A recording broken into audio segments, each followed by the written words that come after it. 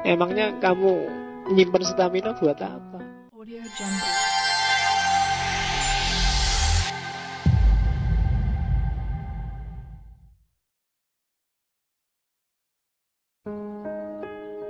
Ada beberapa ajaran yang menurut saya agak unik dan khas dari beberapa ayat yang disampaikan Buddha. Oke, there are two mistakes one can make along the road to truth, not going all the way and not starting. Kebenaran yang sudah kalian sadari tinggal dijalankan. Cuma para penempuh jalan ini biasanya melakukan dua kesalahan besar. Yang pertama, tidak mengerahkan seluruh daya upaya. Dan yang kedua, tidak mulai-mulai. Itu problem besarmu, mungkin problem besarku juga. Kamu tidak berani full mati-matian mengerahkan segala daya upaya untuk menghidupkan kebenaranmu sendiri.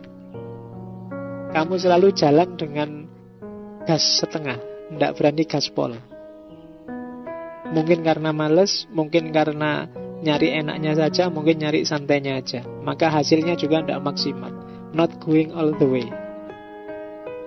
Kamu sendiri nggak mati-matian. Atau ada yang mikir terus, pertimbangan terus, gak mulai-mulai. Wah, ini sudah mau ujian, ini enaknya tahajud, Senin Kemis puasa. Tapi besok ada no wae alasane gak mulai-mulai. Wis itu masalah akut itu kita. Ini pokoknya tak target ya, minggu ini bab 3 selesai wis. Gampang itu. Tapi begitu buka laptop ya kok langsung facebook.com. Terus capek Facebookan, nanti aja, kan masih minggu ini. Terus lama, ditambah minggu depan juga ndak apa-apa, nggak ada yang nyusu-nyusu kok tambah. Dan terus gitu, ndak mulai-mulai. Dan itu problemnya pejalan, para musafir. Maka kamu harus going all the way. Kalau memang garap tesis, disertasi, skripsi, ya kerahkan semua daya upaya. Kamu bisanya 90 kasih 90, bisanya 100 kasih 100. Emangnya kamu nyimpen stamina buat apa? Dan mulailah sekarang. Start it now. Ayo dimulai. Udah kakean alasan lah. Alasan itu bisa kamu bikin 1001 kok. Ala umurku masih berapa sih, cepet-cepet lulus juga mau apa? Mesti gitu kan, alasan digoleki terus. Ndak lah, ayo dimulai sekarang. Saya kutip ini karena kelihatannya penyakit kita banyak di sini. Not going all the way dan not starting. Yang kedua, ini yang agak khas. A man asked Lord Buddha, I want happiness. Lord Buddha said, first remove I, that is ego. Then remove one, that is desire. See now, you are left with only happiness. Jadi suatu ketika ada seorang muridnya yang tanya pada Buddha, Buddha, aku ingin bahagia. Jawabnya Buddha, oke ya, pertama-tama buanglah akumu, egomu. Kedua, buanglah inginmu. Ingin itu hasrat nafsumu. Nah, kalau egomu dan hasratmu sudah kamu buang, sekarang yang tersisa bahagianya. Selama ini, ya kalau di Islam maksudnya ya bersyukurlah, kamu itu sudah layak bahagia. Sekarang itu sedang sangat bahagia. Cuma karena egomu dan hasratmu yang tidak terkendali, kamu tidak bahagia. Seolah-olah kamu tidak bahagia. Jadi aku ingin bahagia, katanya Buddha gampang. Buangin akumu, buangin inginmu. Sudah, saat itu juga kamu akan bahagia. Ya kan, yang bikin rumit kan egomu. Kamu punya parameter sendiri. Janjinya itu sudah enak. Menurut kamu enggak pak, enak itu IP-mu sudah 3,6. Enggak pak, IP bagus itu saya ya 3,6. Hasratmu masih enggak karu-karuan. Sudah lulus komplot aja. Ini baru permulaan pak. Ini belum. Iya, kapan senengmu? Bahagiamu, syukurmu itu kapan? Buanglah I dan buanglah one. Saat itu juga kamu bahagia sudah. hari ini, bahkan detik ini juga bersyukurlah kamu sedang sangat bahagia. Kalau egomu bisa kamu kontrol dan hasratmu juga bisa kamu kontrol.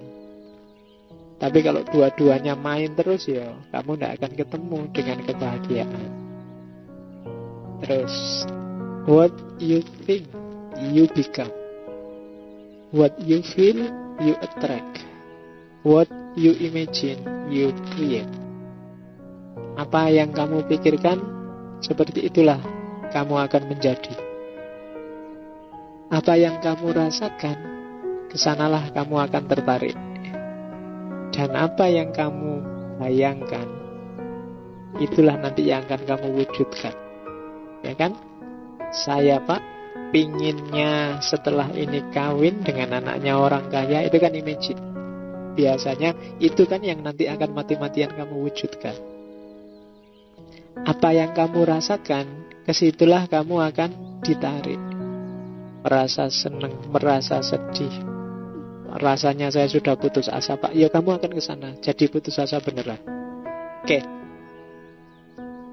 Terus, do not dwell in the past, do not dream of the future, concentrate the mind on the present moment.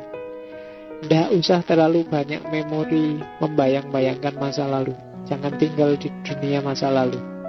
Dan jangan bermimpi tentang masa depan. Fokus saja untuk kehidupan hari ini, present moment. Masa lalu sudah lewat, masa depan belum jelas, yang kamu hadapi masa kini. Itu nasihatnya Buddha.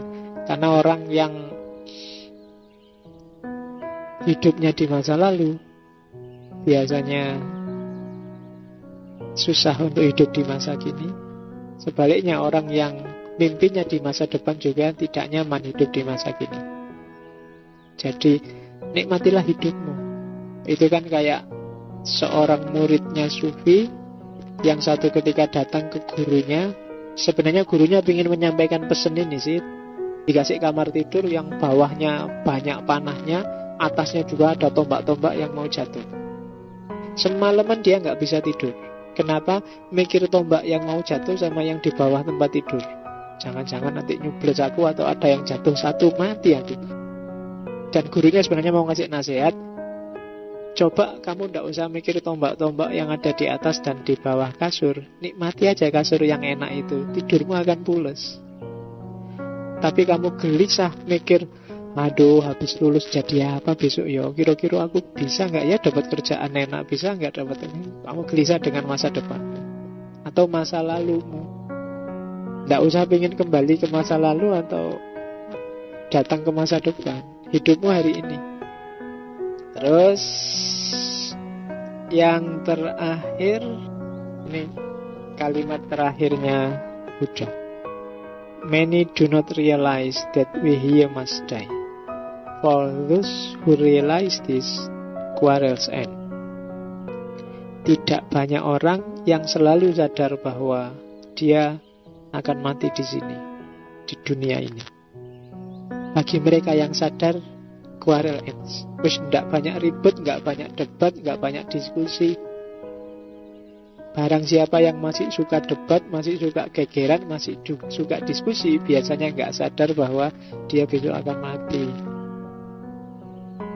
Bagi mereka yang sadar mati, walah sudahlah, ngapain sih seribut itu, sesumpek itu, ayo kita siap-siap besok mati loh. Itu maunya Buddha. Makanya katanya Nabi kan, nasihat paling baik itu mati. Jadi kalau kamu kok disuruh ceramah tiba-tiba nggak punya materi, cerita aja tentang Bapak Ibu, mari kita ingat mati. Iya, itu dahsyat. Makanya katanya Buddha, for those who realize this, quarrels end. Bagi yang penasaran semua ajarannya Buddha tadi, kalian bisa nyari setiap poin, carilah ayatnya, dan kalian akan ketemu.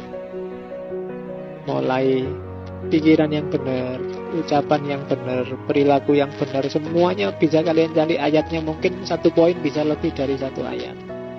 Itu antara lain yang dijadikan dasar oleh banyak peneliti bahwa siapa tahu Buddha itu nabi. karena ajaran-ajarannya sangat nyambung dengan ayat-ayat Allah yang tidak kauniyah. Meskipun mungkin dia tidak punya kitab suci khusus yang dikenalkan ke dunia Islam, tapi ajaran-ajarannya sangat Islami.